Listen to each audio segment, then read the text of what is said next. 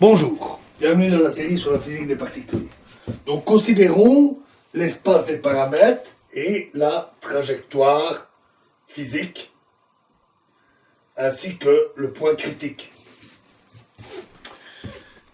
Ce point, c'est le point K1C 0, 0, etc. Partons de ce point et appliquons une TGR. La longueur de corrélation initiale est infinie, elle est divisée par S, et donc qui prime, la nouvelle longueur de corrélation, reste infinie. Et le système transformé est donc encore critique. Le lieu de tous les points qui, dans l'espace des paramètres, correspondent à des systèmes physiques au point critique, qui égale l'infini, est appelé surface ou variété critique, notée S infini. C'est une surface S infini avec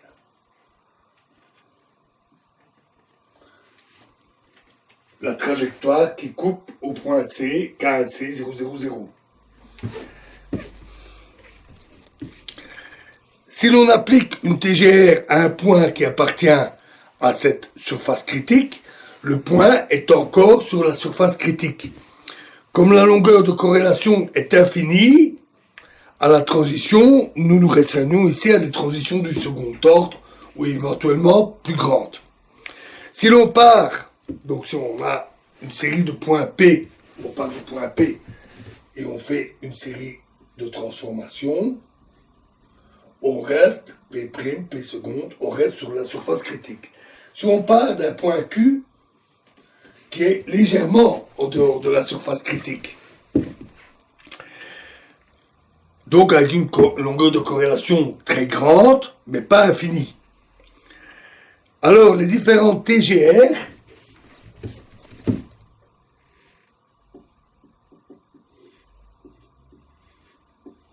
Q', Q seconde, vont progressivement éloigner le point représentatif de la surface critique, puisque à chaque opération, la longueur de corrélation est divisée par S, et donc on s'éloigne de la situation critique.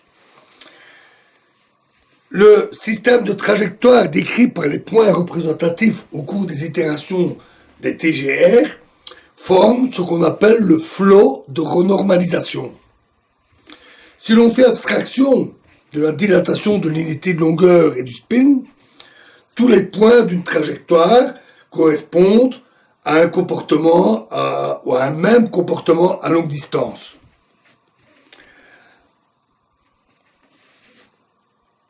A priori, le comportement des points P', P seconde, Pm, etc., sur la surface critique, cette série pourrait être totalement arbitraire.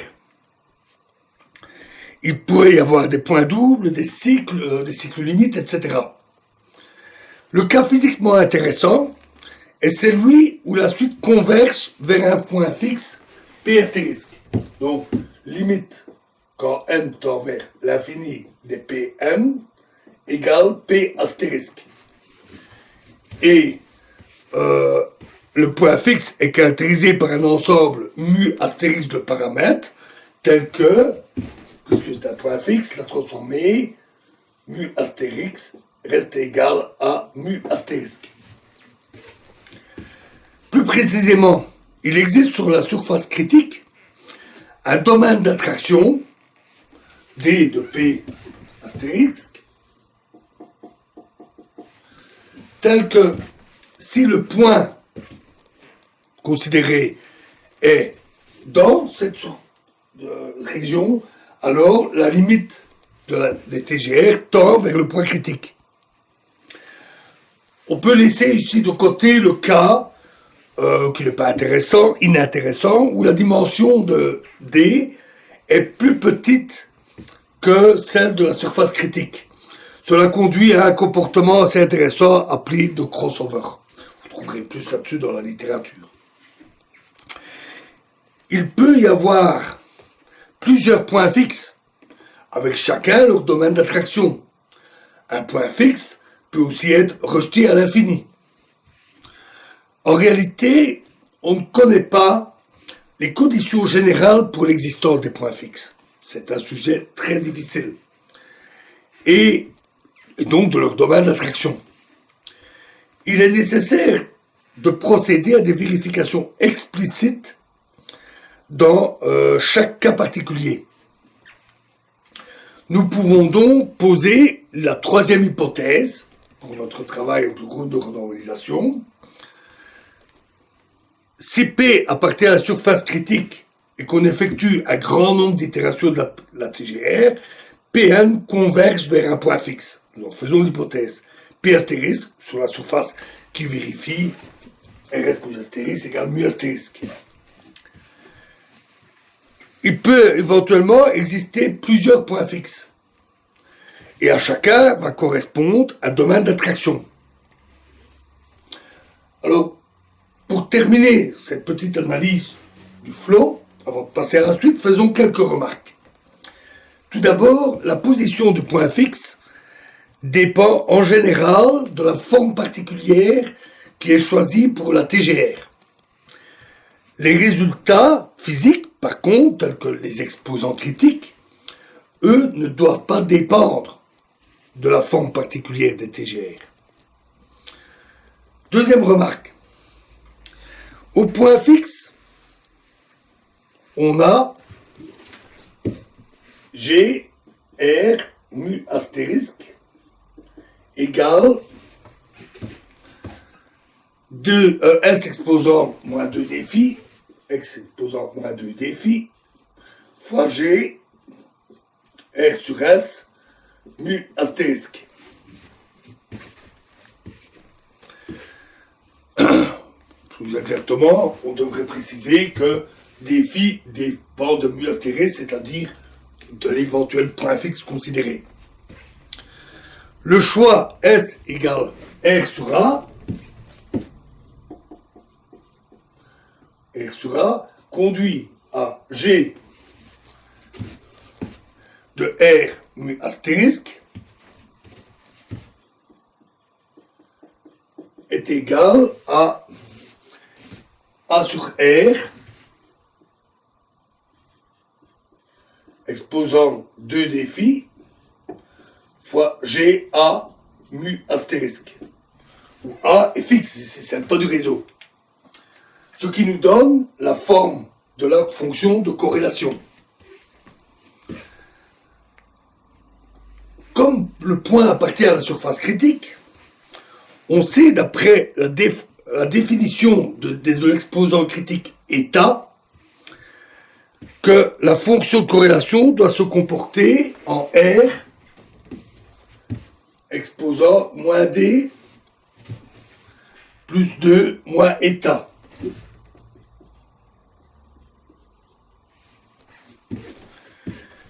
Et on peut donc identifier la fameuse dimension anormale des phi est égale à 1 demi de D moins 2 plus état. Relation importante, évidemment. Ce résultat montre la nécessité d'introduire le facteur de dilatation lambda S, qui est égal à S exposant des phi,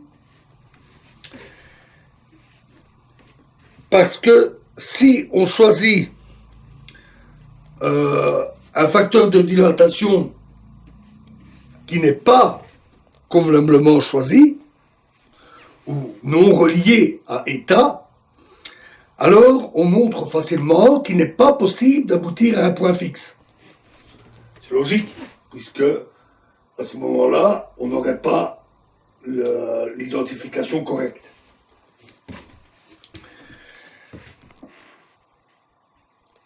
On illustrera ce point un peu plus tard, quand on verra ce qu'on appelle le modèle gaussien, où on pourra mieux illustrer l'importance de ce facteur de dilatation. Troisième remarque, un point fixe isolé donne des exposants critiques uniques. Mais on peut aussi, dans certains cas, avoir des lignes critiques, des surfaces critiques, pardon, pas des lignes critiques, des lignes de points fixes ou des surfaces de points fixes. Dans ce cas-là, les exposants critiques dépendent de manière continue des paramètres, et donc par exemple de la température. Ça existe. Quatrième remarque, notion, historiquement, notons que la notion de groupe de renormalisation n'a pas été introduite comme ceci. Elle a été introduite en 1953 par Stuckelberg et Peterman d'un côté, et indépendamment, c'est pas rare dans l'histoire des sciences, indépendamment par Gelman et Lowe.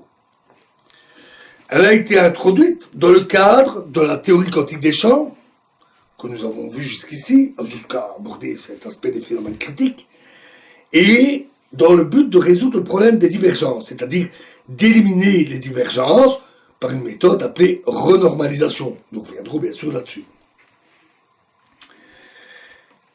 Et il existe plusieurs procédures pour effectuer la renormalisation.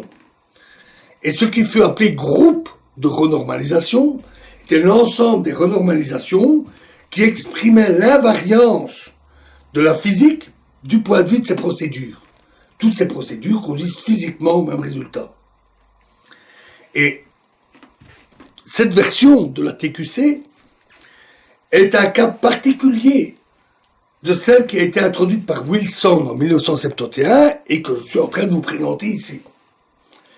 Et donc, c'est pour ça que cette version plus générale offre une bonne vue sur la signification de la renormalisation et du groupe de renormalisation, et c'est quelque chose qu'on pourra garder à l'esprit lorsqu'on verra la renormalisation en théorie quantique des champs, où là, les fluctuations des spins ne sont plus des fluctuations de spin, bah, il peut y en avoir bien sûr, mais c'est avant tout les fluctuations quantiques des champs.